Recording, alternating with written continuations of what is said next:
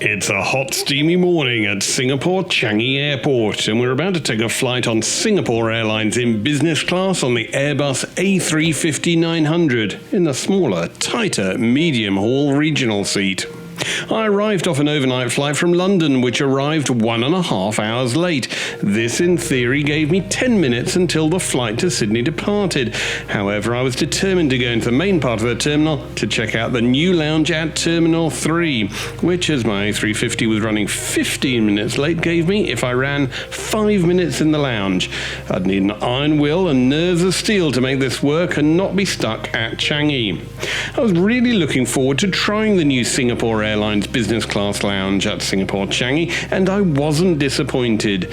The old 1990s style lounge has bitten the dust, even though it was really only a decade old. And in its place, there's a much larger lounge with a home-from-home style, if that is, your home is a vast warehouse filled with dozens of different styles of seats. The brand new Singapore SilverKris Business Class lounge is huge, one of the largest on the planet, with lots of space. There's only access though for those with a business class ticket. Frequent flyers and Star Alliance Golds are sent to the new Gold KrisFlyer lounge. Now COVID is over, all restrictions have been removed, and the large dining area is once again open with 4 hot serving areas with momos, noodles, English and Asian in the sections, at the far end of which is a self-serve bar area and even a wine dispenser. Now while you're wandering around, it's also worthwhile having a sniff. There's Singapore Airlines' new Flora signature scent wafting through the lounge. However, I had a sword of Damocles hanging over me. My flight was flashing last and final call, and I'd got just minutes to get to the aircraft. I rushed back past the staff at the door, who blinked a little bit at somebody who was desperate for a 5-minute lounge visit at the risk of missing a plane, and ran at high speed back to the gate I'd just left, where my plane was on last and final call, and I joined the last few stragglers getting through security, which at Singapore, remember, is at the gate, to board my A350-900 series going to Sydney. Singapore Airlines A350 regional business class seats come in a 1-to-1 configuration. However, the seat is much smaller in the regional A350 than the 777. The screen is also small at 18 inches, there's no live TV and no external cameras. There are 40 seats in the business class cabin with a much smaller middle business cabin. Width is only 20 inches. Technically it slides down into a flat bed, but you only have a small nook for your legs. Now, after wandering through, I had a look at the back of the bus. The A350 in regional configuration has no premium economy and 263 in economy. The 333 layout has standard Recaro design seats, 32 inches of pitch, and an 11-inch TV screen plus a USB charging port. Business class, of course, is much more private, with individual pods along each side of the plane and pairs of seats in the centre. It's a staggered layout, which means every second row sits close to the aisle, but still with a wraparound shell for privacy. A key difference between Singapore Airlines long-haul 777s and the regional A350s are that on the Boeing 777 you gain 28 inches of width, whereas it's only 20 inches on the A350, and that's a tight squeeze in business class terms. A major downside as well is that although the seat does lower into a bed, it has a tiny nook to rest your feet in, as opposed to the full 78 inches on the full long-haul 777. There are the usual refinements, USB power, and a great little cupboard for water bottles and headphones. Please allow me to introduce the other members of the team with me. Joining me in the flight deck is Senior First Officer William Tan.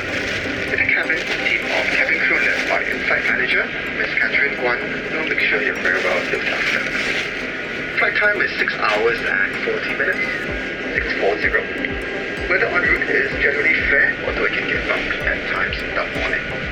As such, I would advise you have your seatbelts fastened whenever seated.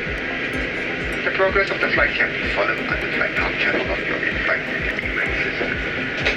And just before commencing descent, I'll come back to you with the latest weather and updated arrival information. We should be on our way shortly, and with that I will leave you in the very good hands of Catherine and her team to invite you to sit back, relax. Now, it's still a fine seat, and if you aren't used to business class, you may think it wonderful. However, contrasting it with its long-haul cousin, it's clear it's a major downgrade, and it's really only designed for short to medium-haul routes. Unfortunately, Singapore Airlines clarify Sydney and Melbourne as one of those shorter routes on which it runs a degraded product. However, the seat controls remain the same, with a small remote and a rack of buttons to recline the seat. Indeed, there are 2 buttons to manually lower the armrests, and that 20-inch width increases a bit, giving you just a titch more space to snooze.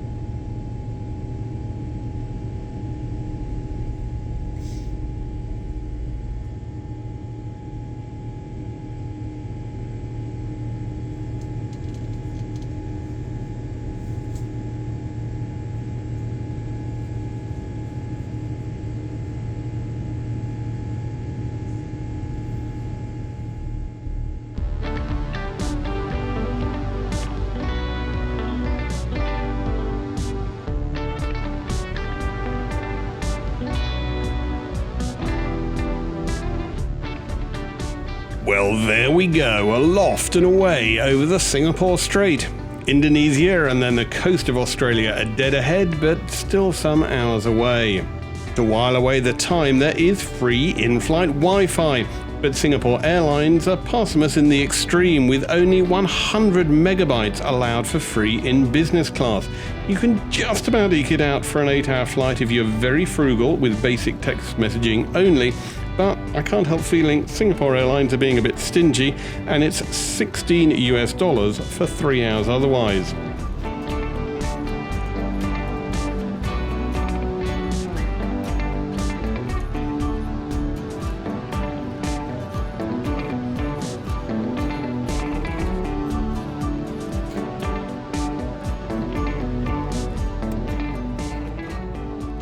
There are noise-reducing headphones, they're pretty decent, and the 18-inch high-definition touchscreen is powered by Panasonic's EX3 system.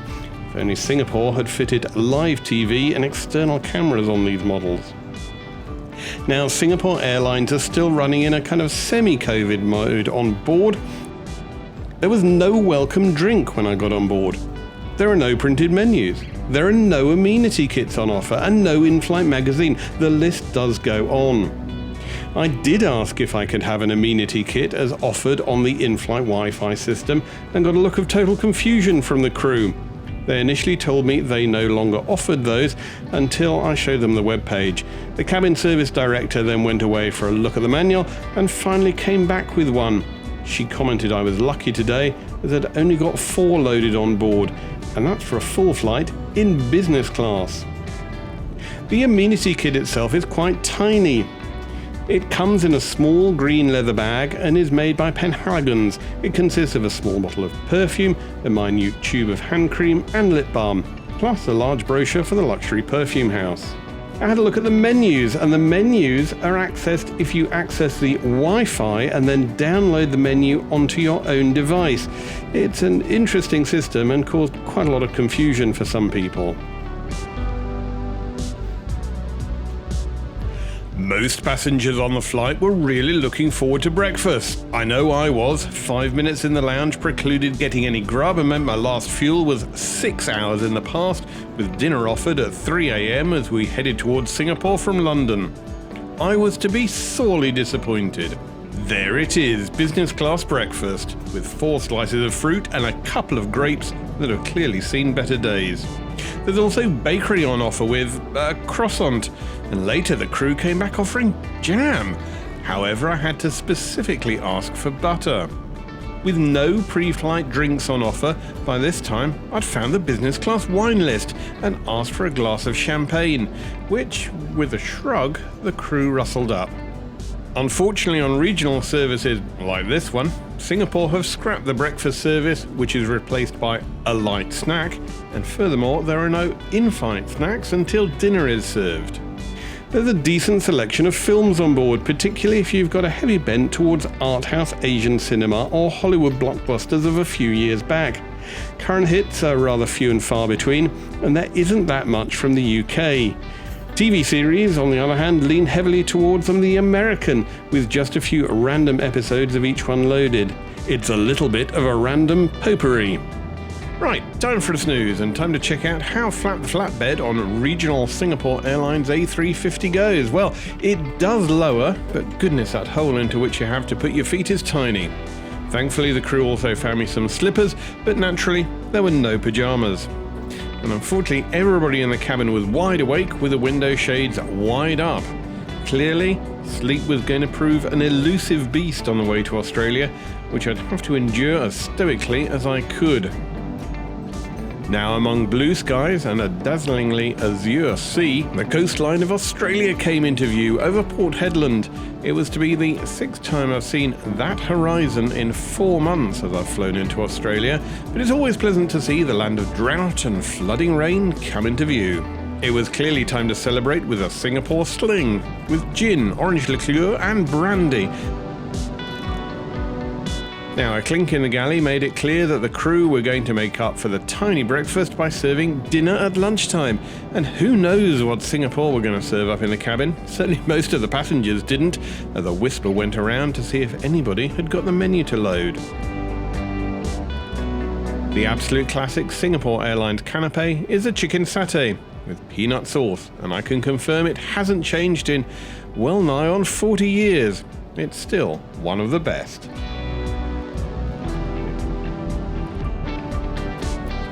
As Marble Bar and the Gibson Desert drifted past below, I sampled the wine. Now, in the random lottery that was Singapore Airlines service, I ended up with the White Begonia Chardonnay wine, the Monterey Premier Cru. It's described as frisky and alluring by the vineyard, actually as limpid and pale gold in colour with maybe some green highlight. Basically, a fresh white wine that's just a totally uncomplicated representation of a classic Chardonnay. Equally uncomplicated was the entree, a citrus-scented crab salad with onion, cucumber and peanut sauce, which scuttled onto my plate and left it as soon as I could get rid of it. It was dreadful, no flavour at all, and really uninspiring. Now, I'd managed to book the cook and pre-order my dinner. It's a rarity that Singapore Airlines offer, where you can order up to 100 dishes in advance, just selecting one, of course. It vanished when COVID was on, but now we're all back in the skies. It's returned like a long-lost and much-missed servant. Also returning are the little miniature bottles of olive oil that are much tastier with the bread. Thankfully, my pre-ordered dinner had been loaded in time for lunch, and prime steak was the order of the day. On the book the cook menu, I plumped for the charcoal grilled beef tenderloin, creamy polenta, red wine sauce and seasonal vegetables. It went well with the Tosna Shiraz from the Barossa Valley. It has a rich, full-bodied palate and fine powdery tannin, although Dan Murphy described it as a great value-for-money Shiraz, and the crew just dumped a bottle on my tray and left me to get on with it at 40,000 feet. The beef, alas, you can't request whether you want it raw or charcoal grilled, as it always comes medium done, but it was lovely with lots of flavour. I'm pleased to say the cow didn't die in vain. Now, the starter and the main course were plated up in the galley and brought over. However, all the dessert options are loaded onto a trolley for you to take your pick. With this being a regional service with a limited supply in the galley, it was a please take one or none please type of service. I went for the lemon cheesecake with berry compote, which again had lots of flavour, and it was great. Indeed, I'd gone from starving to, well, full for this life and quite probably the next. However, just to check it was of the finest of quality, I also wanted to check out the cheese course. This was a bit of a stretch for the crew, and they asked me to wait until they'd finished serving all of the courses and all of the passengers before seeing if any remnants were left by laggards who couldn't get through it, which there certainly was. Now, the cheese plate is curiously plated with a small plastic cover and only a few biscuits, plus some pretty nice cheese. The main cheeses on the plate included Brie, Tete de Moine and Morbido Rosso. I'd already tried one cocktail, the Singapore Sling, at the start of the flight, and I wanted at the end of the flight to sample the rather unusual Grand Pineapple Daiquiri with rum, orange liqueur and pineapple juice. It certainly made the miles go past very quickly indeed as we headed down towards Sydney. I was hoping to sample some more wines, and Singapore Airlines is well known for its wine collection. Alas, the wine on board bore no relation to the wine list, and the crew's knowledge was notable by its absence. Indeed, the only comment they could make about the wine bottles loaded on the trolley were that they had white, or I think that's red. The other severe gap was that the trolley on one aisle was loaded with one type of red and white, while the other trolley was loaded with the other two types, rather than offering customers a choice. That was a bit odd, and indeed I felt that this was Singapore Airlines Business Class, but not as you know it. The short-haul alternative from Singapore Airlines flies almost long-haul to Sydney. However, the seat is definitely a bit lacking, despite the brand new A350 aircraft, which is lovely. The new lounge at Singapore Changi is very definitely worth it. There's indeed a full business class service on board. However, free-flowing food and drink there really isn't until dinner time comes around at lunchtime. Some parts of the missing service can be explained due to COVID and indeed the sudden increase in passengers and flights. However, on the whole, even in this regional configuration and allowing for the breaks in service, Singapore Airlines offer up a very good product nevertheless.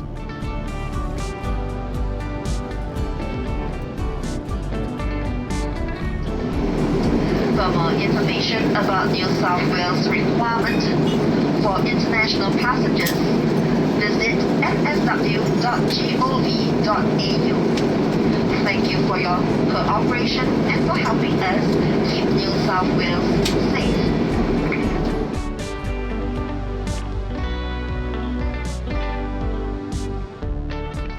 I was grateful as being in the UK gave me my second bout of COVID only a couple of months after the first, and that's always a downside of travelling. However, the upside was I paid a grand total of really only a few $100s for the flight, and this was in business class return from London Heathrow to Sydney, remember. Now, Singapore Airlines are notably stingy in allowing frequent flyers access to their inventory using points, and seats in the premium cabin are very hard to come by. The only Star Alliance member which used to have full access to Singapore Airlines business and first class seats was poor old British Midland, and BMI bit the dust many years ago. A few other frequent flyers do have access to some of the seats, but for instance, if you try and book Singapore Airlines seats in the premium seats using United Miles, generally, on the whole, you're just going to be out of luck.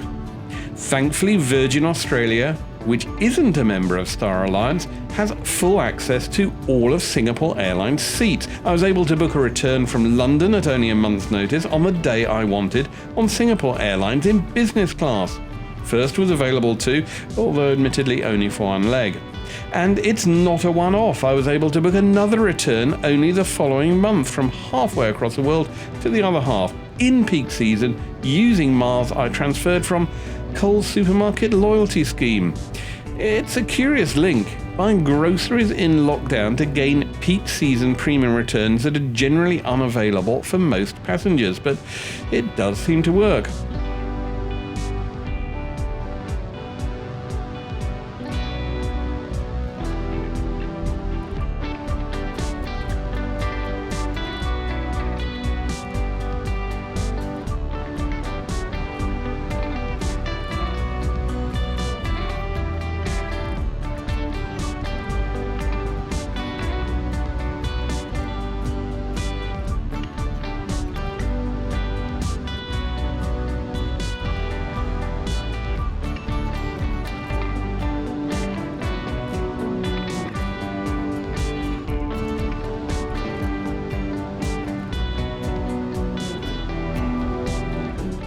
Some fantastic views as we come into Sydney Airport, but unfortunately some passengers weren't able to see it, as on the regional A350 on Singapore Airlines, the external cameras are disabled.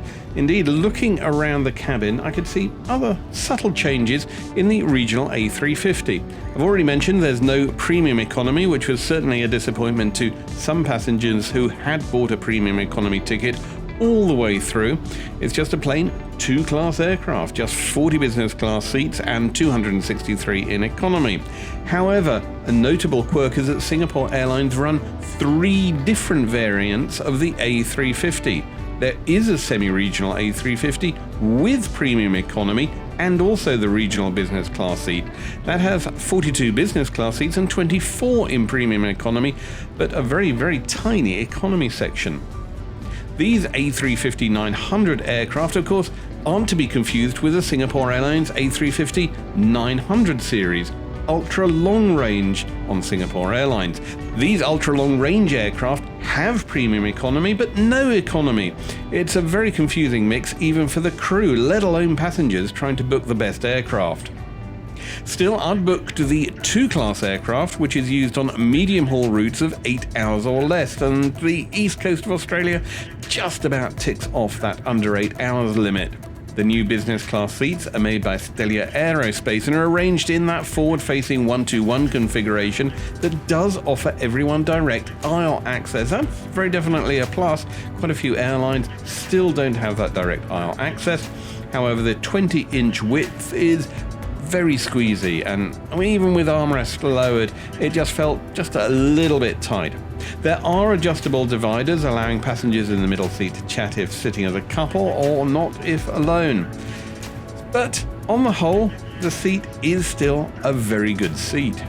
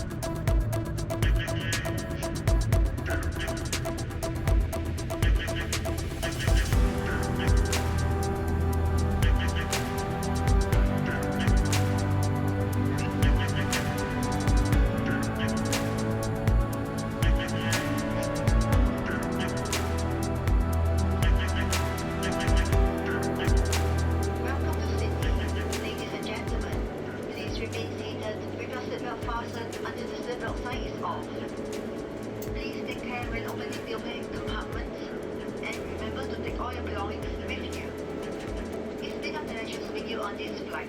Thank you for flying Singapore Airlines, a member of Star Alliance.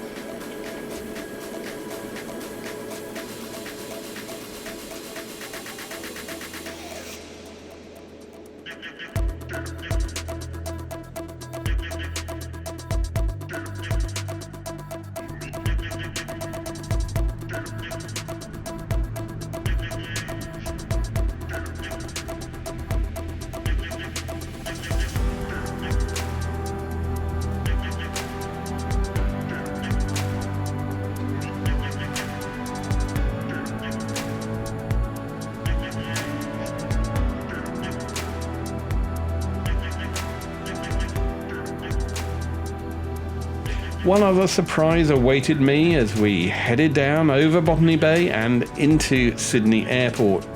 We left London an hour and a half late thanks to many passengers being unable to access the Australian digital passenger forms, which are the notorious nightmare that few passengers can actually use to indicate when and where they're going to be arriving, and has to be completed before you land in Australia.